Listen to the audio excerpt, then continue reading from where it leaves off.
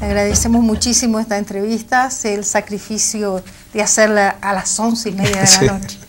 No se preocupe, con mucho cariño lo hago. Le agradecemos. Quisiéramos que nos contara un poco de su trayectoria política. Usted es un político atípico, un candidato presidencial del Perú que está bien ubicado en las encuestas. Entonces nos gustaría saber cómo es su partido, porque usted no está por su partido tradicional, que es el Nacional, ¿verdad? Sí, el Partido Nacionalista. Es nacionalista, pero usted está postulado por otro partido en estos momentos. Un poquito haciendo remembranza, soy el comandante en retiro del ejército peruano, Ollanta Humala Tazo, y salto de alguna manera a la luz pública cuando hago un levantamiento militar el 29 de octubre del 2000 contra el régimen corrupto de Fujimori y de Montesinos, y tuve que denunciar al alto mando de la Fuerza Armada que están utilizando la institución militar como plataforma política. Eso es un delito flagrante en contra de la Constitución. Después de eso, sufro prisión, me internan en un penal militar, me dan de baja por medida disciplinaria, y después el Congreso me reivindica. Mediante una ley de amnistía, me reincorporo al servicio activo en el cuartel, y me mandan a trabajar 2 años en la Secretaría de Defensa Nacional, y posteriormente 2 años a trabajar en el extranjero, en Francia, como agregado militar, 1 año y medio, y 6 meses en Corea del Sur como agregado militar. Después de eso me dan de baja, me invitan al retiro. ¿Por segunda vez? Sí, a mí me han dado de baja 2 veces. Una por medida disciplinaria, cuando me levanto contra el régimen de Fujimori, y la otra mediante la modalidad de invitación al retiro. Eso ha sido el año pasado. Pero ya usted estaba en la política. No, en realidad no, era mi hermano que estaba en política. Ah, sí. Mi hermano, yo no podía hacer política como militar en actividad. Yo realmente entro en política a partir de abril de este año. Fundo el Partido Nacionalista Peruano con la ideología nacionalista, que es una ideología de la defensa de los intereses de la nación, la recuperación de las soberanías, porque en mi país estamos viviendo un proceso de desnacionalización y que estamos asumiendo características neocoloniales. En esas condiciones creo que tiene que haber una afirmación de lo nacional, y por eso asumimos la ideología nacionalista. Y en estos 8 meses hemos podido construir un partido, cumplir con los requisitos que pide la ley electoral. Hemos inscrito al partido. En poco tiempo, ¿verdad? Sí, realmente, porque hay otras personas no han tenido esa suerte. ¿La exigencia de cuántos militantes? 130.000 firmas, 66 comités provinciales, estatutos, ideario. Sí. Hay una serie de cosas que piden, ¿no? Pero en realidad lo que a mí me pareció que era eso muy difícil de cumplir, pensé que era lo más difícil, en realidad me equivoqué. Lo más difícil es construir organización interna, liderazgos, cuadros organizativos. Políticas. Así es, que la gente esté acostumbrada, pueda trabajar de la mano con el que está al costado, sin sabotearlo, etcétera, ¿no? Y eso para mí es lo más difícil. En estos 8 meses tenía que definir o construir la organización interna, o sea, la hemos ido construyendo, pero priorizaba la organización o priorizaba el mensaje. Decidí priorizar el mensaje. Entonces hemos estado llevando el mensaje al interior de mi país y pidiendo a la población que nos apoyen para inscribir el partido. En el mes de diciembre hemos logrado presentar el expediente del partido, y en el mes de diciembre nos hemos colocado como la primera fuerza a nivel nacional. Y eso para mí es un logro bastante trabajo. La construcción de su partido y su candidatura fueron juntas.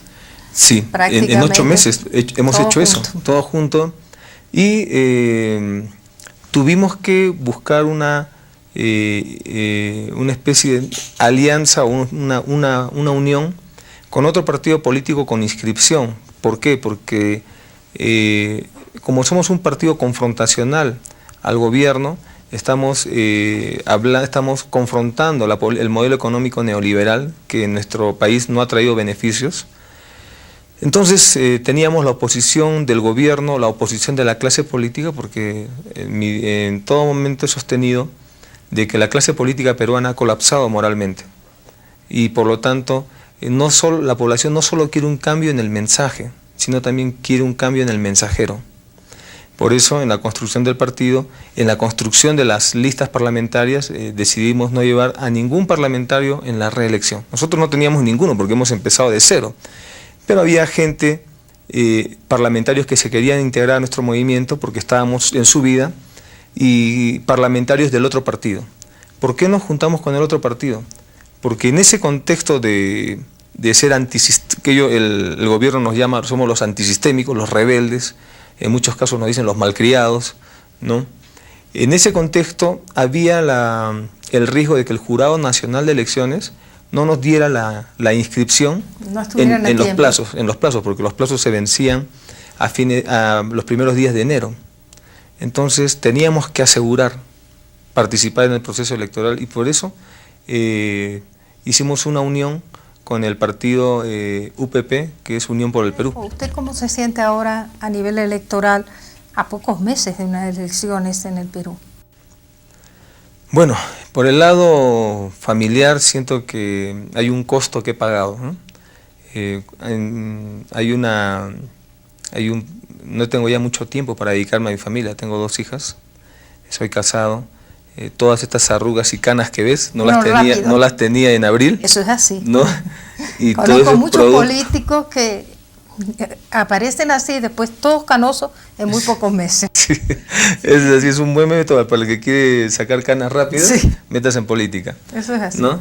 Pero el costo, yo creo que la relación con la población es una relación muy directa. Yo he hecho mítines en las plazas y he convocado lo que no convocaban estos partidos, ¿no?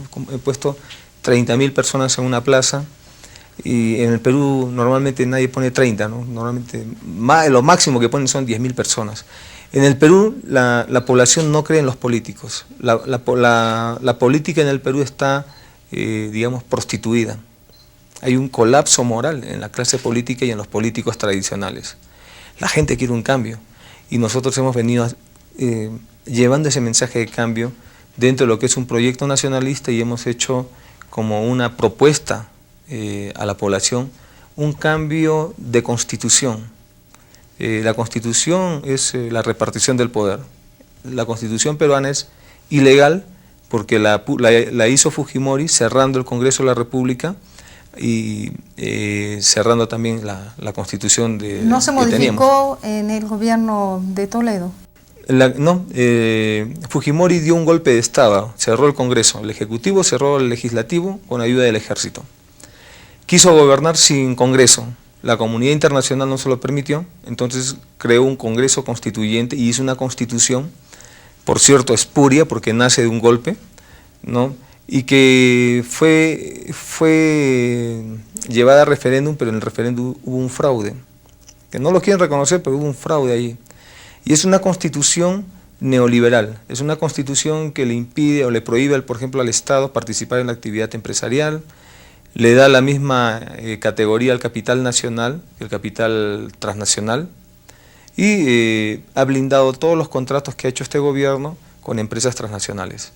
Nosotros estamos a favor de la inversión extranjera, pero en el caso del Perú, muchas de estas empresas transnacionales que han venido, como digamos, entre comillas, a invertir, no han pagado impuestos a la renta, que lo paga cualquier peruano, se niegan a pagar regalías, ¿no? Y entonces en esas condiciones sencillamente las comunidades sienten que no hay un beneficio en estas transnacionales, ¿no? ¿Y eso no está penalizado con la ley? No, porque no se aplica. No, porque están en su derecho, porque esta Constitución les permite hacer eso. Entonces es una Constitución que no beneficia a la familia peruana. ¿Cómo usted ve el giro que está tomando hacia la izquierda prácticamente Latinoamérica en casi todas las últimas elecciones? Yo creo que es un giro más que hacia la izquierda, yo diría un giro progresista. Yo creo que en Latinoamérica ha habido un proceso de descomposición de los sistemas políticos que se ha venido dando en la década de los 90, que ha producido los golpes de estado de masa, donde en Ecuador han sacado 3 presidentes, el pueblo ha sacado 3 presidentes, en Bolivia 2, en Argentina 1, y en el Perú también han sacado 1, Fujimori, ¿no? Y eso sucede porque la población siente que no hay beneficios en el sistema. Los políticos han extremado la explotación y la mala distribución de la riqueza, que la población, mediante una convulsión social, golpea lo que representa el sistema, o sea, el presidente. Saca un presidente, pero no está en condiciones, o no coloca presidentes, entonces el sistema se readapta.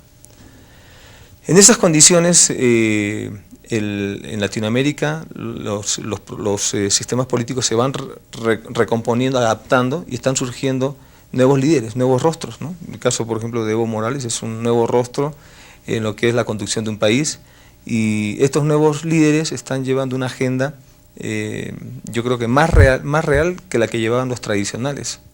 Por eso ahora hemos escuchado el mensaje de Evo Morales, donde está hablando cosas concretas, reducir el sueldo del presidente, los congresistas a la mitad, ¿no? Está hablando de poner al servicio de la nación las riquezas petroleras, por ejemplo, cosas que los tradicionales, los líderes sistémicos sencillamente no lo tocan. ¿Y cuáles serían las principales medidas que usted tomaría de ser presidente? Bueno, yo pienso que una medida importante es la reducción drástica del sueldo del presidente, de los congresistas y toda la planilla dorada del Estado, porque en mi país, inclusive para pagar buenos sueldos, a contratar gente de manera no normal, triangulan con un programa de Naciones Unidas para el Desarrollo, donde el PNUD les paga el sueldo y el Estado después les devuelve al PNUD.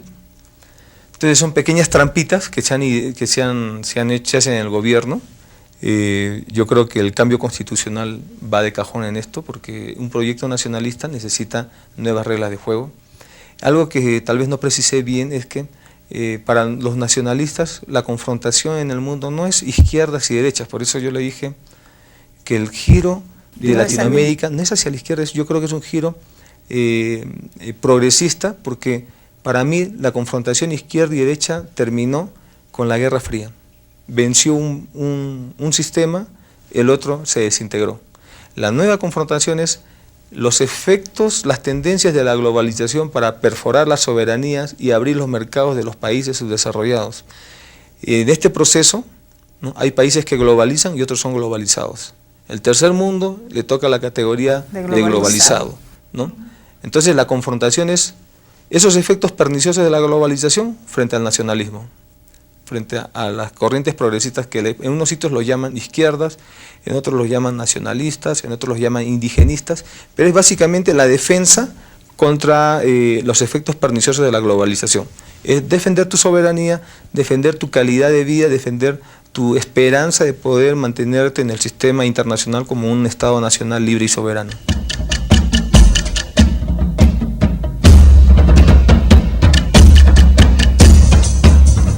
En América Latina hay nuevos políticos. Ollanta Humala es uno de ellos. Pero lo más importante es que los cambios sean dentro de los procesos democráticos, de elecciones donde los pueblos decidan a quién quieren que los gobierne. Hasta la próxima. En medio de un universo de ideas. Enfrente a este tipo de situaciones. Yo creo el diálogo.